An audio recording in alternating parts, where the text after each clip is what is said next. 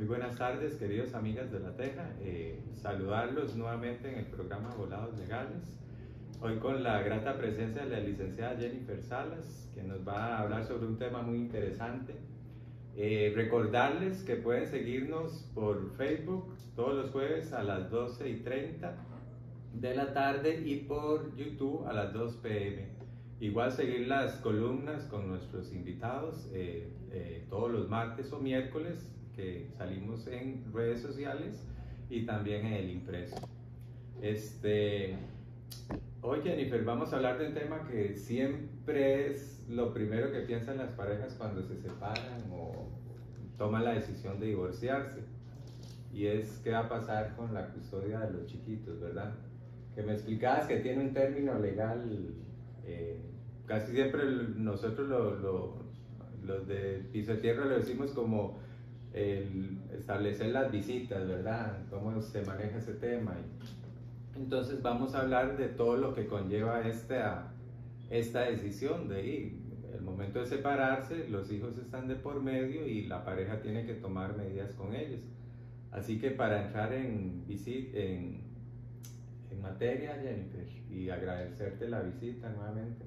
No, un gusto para mí, como siempre, estar acá aportando el conocimiento y ya en casa, yo ya me siento en casa. Qué dicha. Jennifer, ¿qué es el régimen de visitas? Para que la gente lo tenga.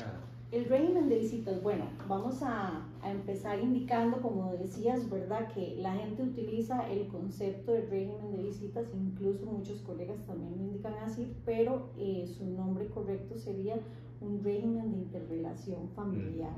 Sí, es un poco más. Sí, bueno, es un nombre que se está empezando como a implementar un poquito más en la sociedad, entonces es importante que la gente lo vaya conociendo porque verán alguna publicidad que diga interrelación familiar y verán alguna otra que diga régimen de visitas, y es importante que la población entienda o sepa que estamos hablando básicamente de lo mismo.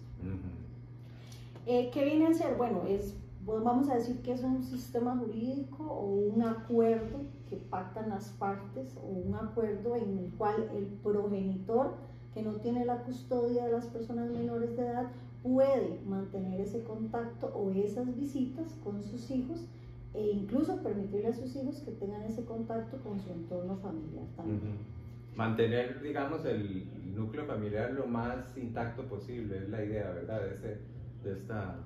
Correcto, lo que busca básicamente es poner días y horarios establecidos donde podamos mantener este contacto con las personas menores de edad, y de esta manera no violentar el derecho que tienen los y las niñas a tener ese contacto con sus progenitores. ¿Y cómo se da ese acuerdo? ¿Se puede dar de palabra? La pareja se divorcia y uno dice, sí, yo lo veo fines de semana, feriados, ¿o es mejor llevarlo judicialmente? ¿Cómo se logra ese acuerdo para que no haya conflictos después?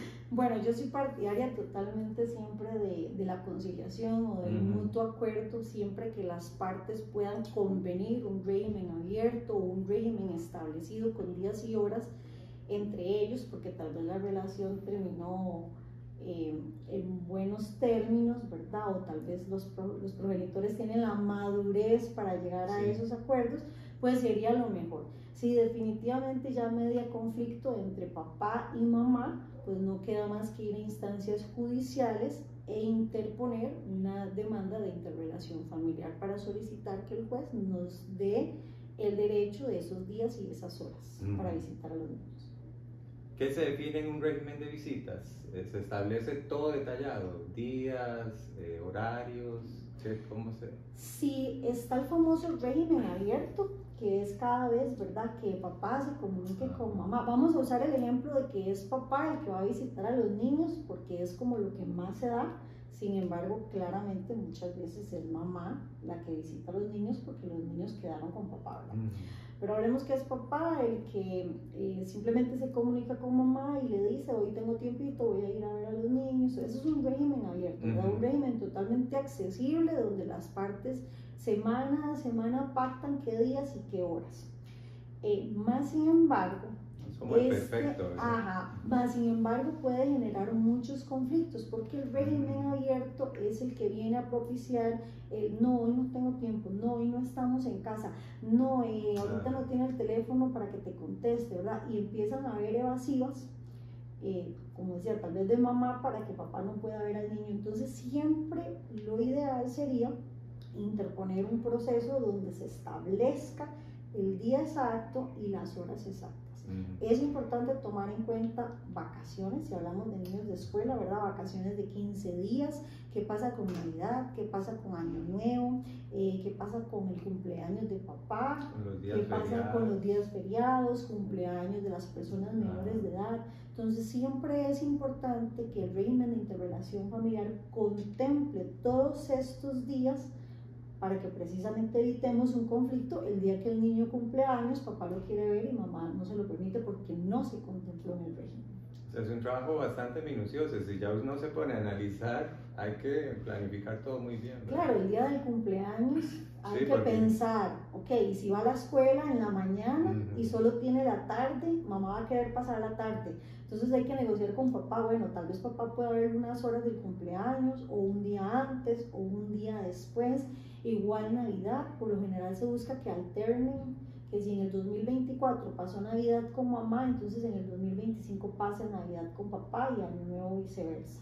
Y así es como intentamos buscar un equilibrio o un balance para que ambos progenitores puedan disfrutar de estos tiempos de calidad con los niños.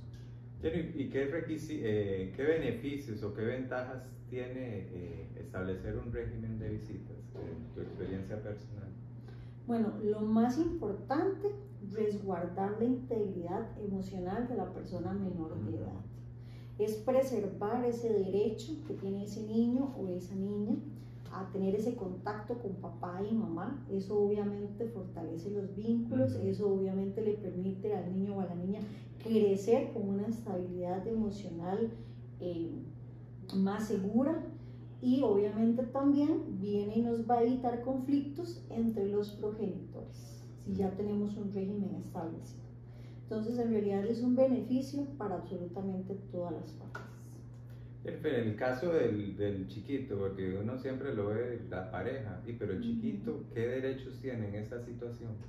Cuando se da él tiene derecho a elegir a que se le tome la opinión. Bueno, los niños son escuchados, por supuesto, ¿verdad? Siempre tenemos que escuchar al niño o a la niña, si quiero o no quiero convivir con mi progenitor. No es una decisión, ¿verdad?, totalmente certera. Si el niño dice no, no es que no, porque los niños no tienen todavía la capacidad a cierta edad de decidir. Y es un derecho del niño y de la niña, como decía anteriormente, de convivir con ambos progenitores, y no solo con los progenitores, también con sus familiares. A veces creemos que el régimen de interrelación es solo para ver a papá o solo para ver a mamá, pero en realidad no, es también para ver a mis abuelos, es para ver a mis primos, es para ver a mis tíos, es para convivir, si tengo medios hermanos, para también poder relacionarme con ellos. Y como decíamos, ¿verdad?, siempre vamos a velar por el interés superior de la persona menor de edad, y ese es el beneficio que adquieren los niños. Esa seguridad, esa protección emocional, ese crecimiento al lado de las personas que me aman y que yo amo, me van a hacer una persona más segura, van a ayudarme en mi autoestima, y pues eso es lo que busca el régimen de interrelación familiar. Jennifer, en caso que una separación no fue amistosa, que se dieron muchos problemas, ¿existe la posibilidad de que alguien supervise esas visitas? Sí, lamentablemente hay casos donde media el conflicto, donde puede mediar violencia, donde se puede considerar que de alguna manera existe riesgos para las personas menores de edad, ¿verdad? O tal vez no hay con claridad todavía si existen o no existen los riesgos. Entonces el juez podría determinar eventualmente que estas visitas sean supervisadas. Supervisadas por otro familiar, supervisadas por un psicólogo, supervisadas por una trabajadora social. Hay ocasiones donde se va y se visita a la persona menor de edad incluso al Patronato Nacional de la Infancia. Entonces sí, efectivamente, cuando media violencia, cuando media conflictos graves, cuando consideramos que la persona menor de edad está en riesgo, el juez puede, por un tiempo prudencial, establecer las visitas supervisadas. ¿Y se le puede negar definitivamente una visita a alguno de los cónyuges, si se valora que hay peligro para el... Sí, bueno, ya ahí entraríamos en otros conceptos legales del derecho de familia, ¿verdad? Pero efectivamente es lo mismo que hace el Patronato Nacional de la Infancia, ¿verdad? Cuando un niño, una persona menor de edad está en riesgo en manos de su progenitor o progenitora, pues necesitamos apartar el niño para su protección, para que no, porque es lo que decía anteriormente, no podemos olvidar que el principal... la persona principal dentro de estos procesos es la persona menor de edad, es su derecho el que está por encima de los demás, no es tanto un derecho de los adultos, no es tanto un derecho de papá y mamá, es un derecho de los niños y tenemos que velar porque ese derecho se cumpla y porque ellos se protejan de manera integral. Que es que lo que los adultos solemos olvidar, ¿verdad? Tomarle el parecer al menor, que es lamentablemente mucho de los pensamientos, y a la hora de separarnos pensamos como adultos y dejamos al menor a veces sin que tome decisiones. Sí, por eso es importante.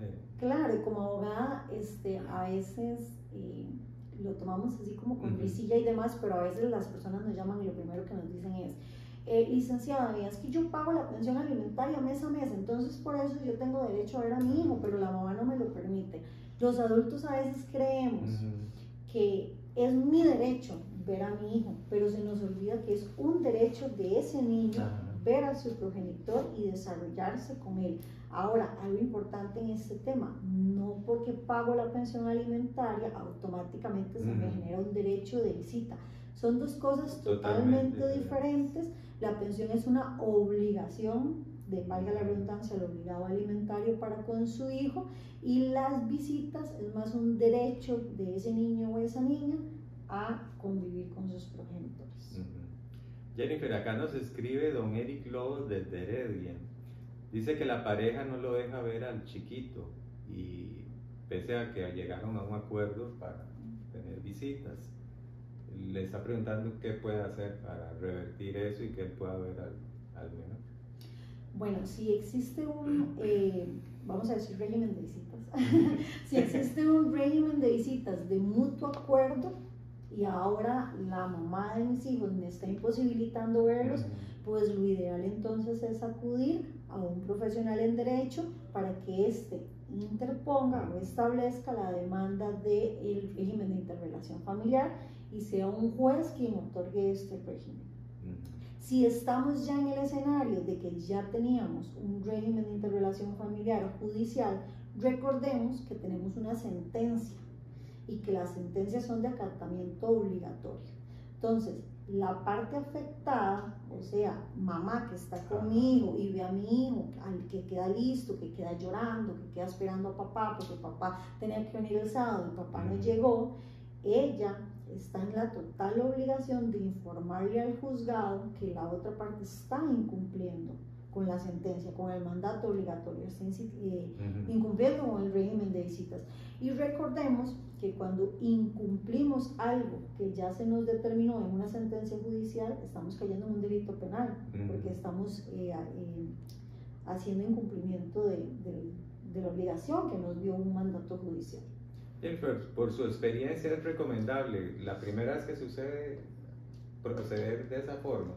Que a veces dice, sí, no vino hoy, tal vez la próxima, se lo pasan. Sí, yo ya intenté, lo primero es siempre intentar comunicarme con la otra persona, ¿verdad? No es que, bueno, la primera vez es un sábado, tenía que llegar a las 9 de la mañana, son las 5 de la tarde y no llegó, yo voy a salir corriendo el lunes para el juzgado. ¿Qué pasa si al otro progenitor le sucedió algo y no se ha podido comunicar, verdad? Entonces siempre hay que mantener abierto el diálogo entre las dos partes. Recordemos que siempre va a ser por el bienestar de la persona menor de edad que tiene que mediar esa comunicación entre progenitores. Si definitivamente ya es un tema de que viene cada 15 días, pero ya tiene un mes de no venir y me dice una cosa y me dice otra excusa y tampoco se esforzó para venir entre semana, o sea, y lo sigue incumpliendo, y yo ya intenté comunicarme con otra parte, pues sí. Creo que ya definitivamente hay que irse a las instancias judiciales y decirle al juez, bueno, fulanito de tal está incumpliendo con el régimen y yo le vengo a informar al juzgado. Ahí sería recomendable ir recabando pruebas que dicen los abogados, ¿verdad? Que sí, tal claro, día no vino, que llamadas, WhatsApp, cosas así. Jennifer, el niño, además de los papás, tiene derecho a ver a otros familiares. Ya mencionaste un poco el tema, pero eso se maneja de la misma manera.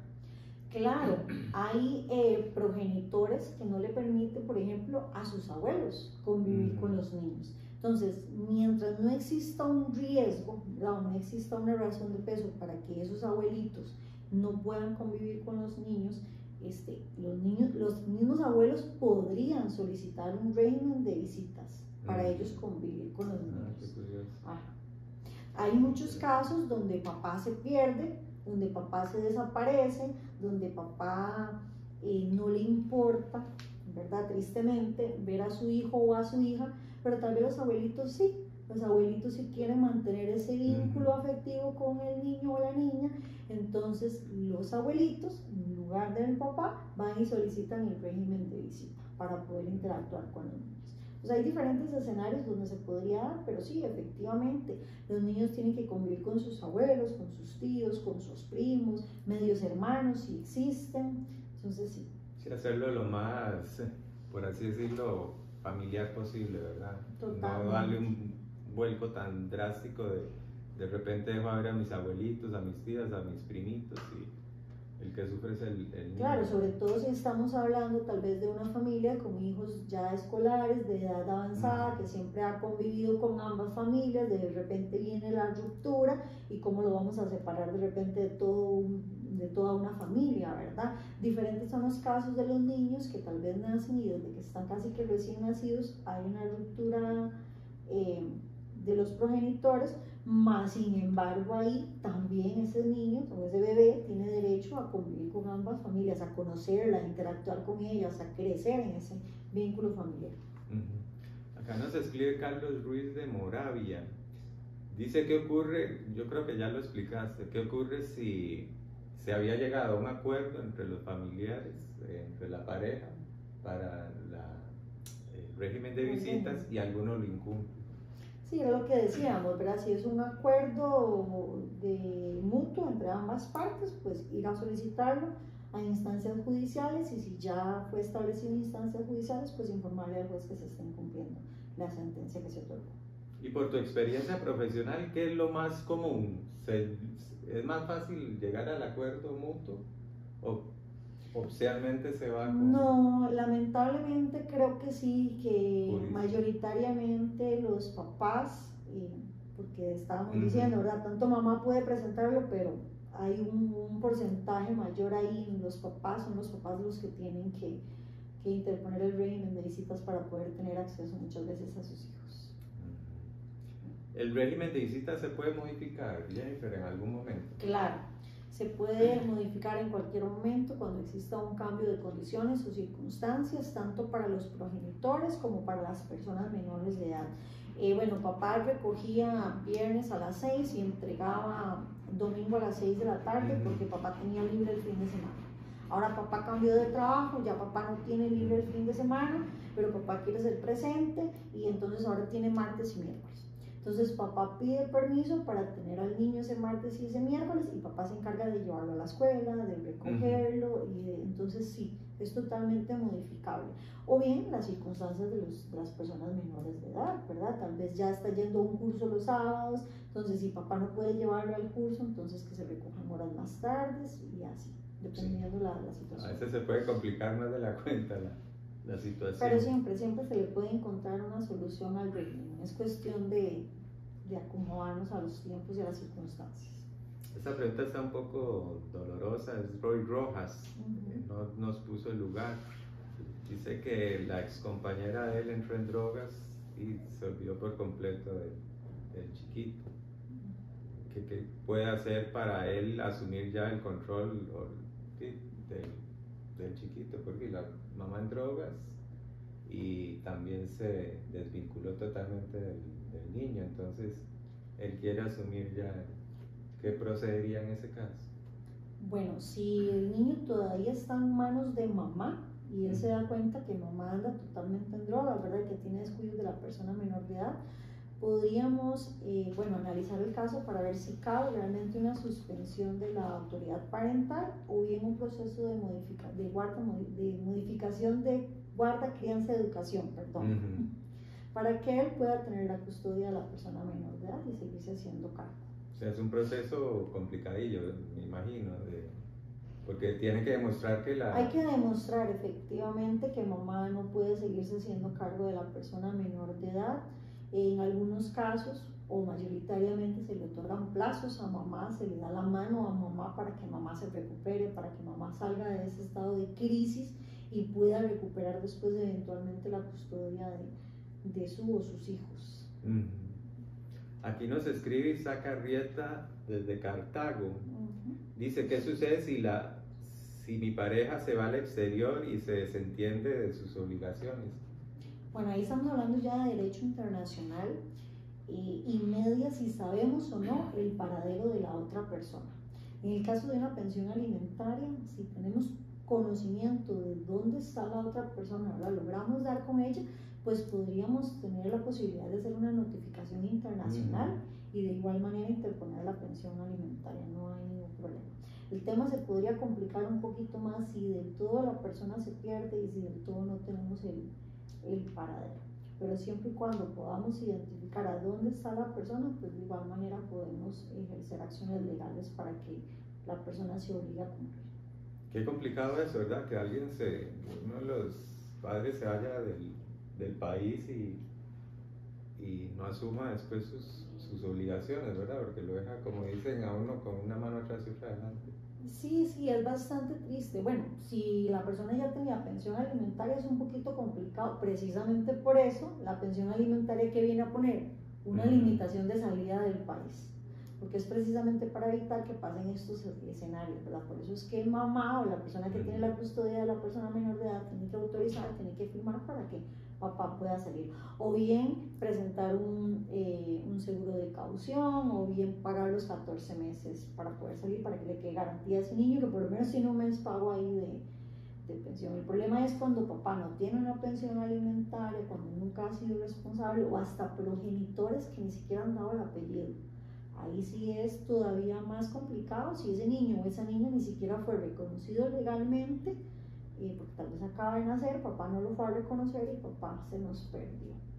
Aquí el caso, digamos, ya esta es una pregunta mía, poniendo en contexto este tema, si ellos llegaron a un acuerdo, le dice, no, vaya, busque a ver si le da mejor en otro país económicamente, y el otro le da permiso, pero se va al país y se olvidó. Pasa, puede suceder también, ¿verdad? Incluso entre esposos, el esposo se va por buscar una vida mejor en el extranjero, ahí no mediaba una pensión alimentaria porque estaban viviendo juntos, él se va y bueno, ahí la diferencia la haría, si se fue y desde que se fue no le dijo a la esposa dónde estaba, o si tal vez se fue y le contó dónde estaba establecido y demás. Y era lo que decía, si ella tiene idea de por lo menos dónde llevarlo a notificar o dónde buscarlo, pues aplicamos la notificación internacional y igual lo encontramos aunque esté fuera. ¿Qué es más complicado? Llegar a un régimen de visitas cuando hay un solo hijo o varios. ¿Se maneja diferente? Sobre todo tomando en cuenta, digamos, que son edades diferentes, uno tal vez de escuela, otro de colegio, y tienen necesidades diferentes. No, igualmente se solicita un mismo régimen para absolutamente todos los hijos, ahí pues habría que adecuar, ¿verdad?, el tema de los horarios y demás, pero por lo general los regímenes de visitas se establecen fines de semana y se intenta que sea como cada 15 días, sí, correcto, porque es el tiempo que los niños tienen libre, no van al colegio, no van a la escuela, entonces por lo general es como un fin de semana con papá, un fin de semana con mamá, a excepción de las fechas feriados, navidades, ¿verdad? Que ya vimos que sí hay que establecer ahí como un equilibrio entre ambos. Que son tan importantes. Y cumpleaños, lo ideal sería, ¿verdad? Esto es muy importante, vamos a ver, lo ideal en los cumpleaños de los niños sería que papá y mamá estén juntos, presentes, que tengan la madurez de poder convivir en una fiesta, en un quequito de cumpleaños, pero lamentablemente hay parejas que terminan con tanto conflicto que esto no le es posible. Entonces ahí es donde el régimen tiene que venir a dividir, a que el niño tenga hoy un cumpleaños con papá y mañana un cumpleaños con mamá, lamentablemente, pero no es lo ideal. Perfecto. Jennifer, nos ha vencido el tiempo, agradecerle de nuevo su presencia y compartir su conocimiento con nosotros. A ustedes las gracias por tomarme en cuenta siempre. Porque de verdad nos abrió mucho los ojos con muchos detalles de este tema tan importante y que muchas familias costarricenses las viven a diario. Así que agradecerles a ustedes su presencia, su sintonía y que nos vemos la próxima semana, Dios mediante, que Dios los bendiga. Gracias.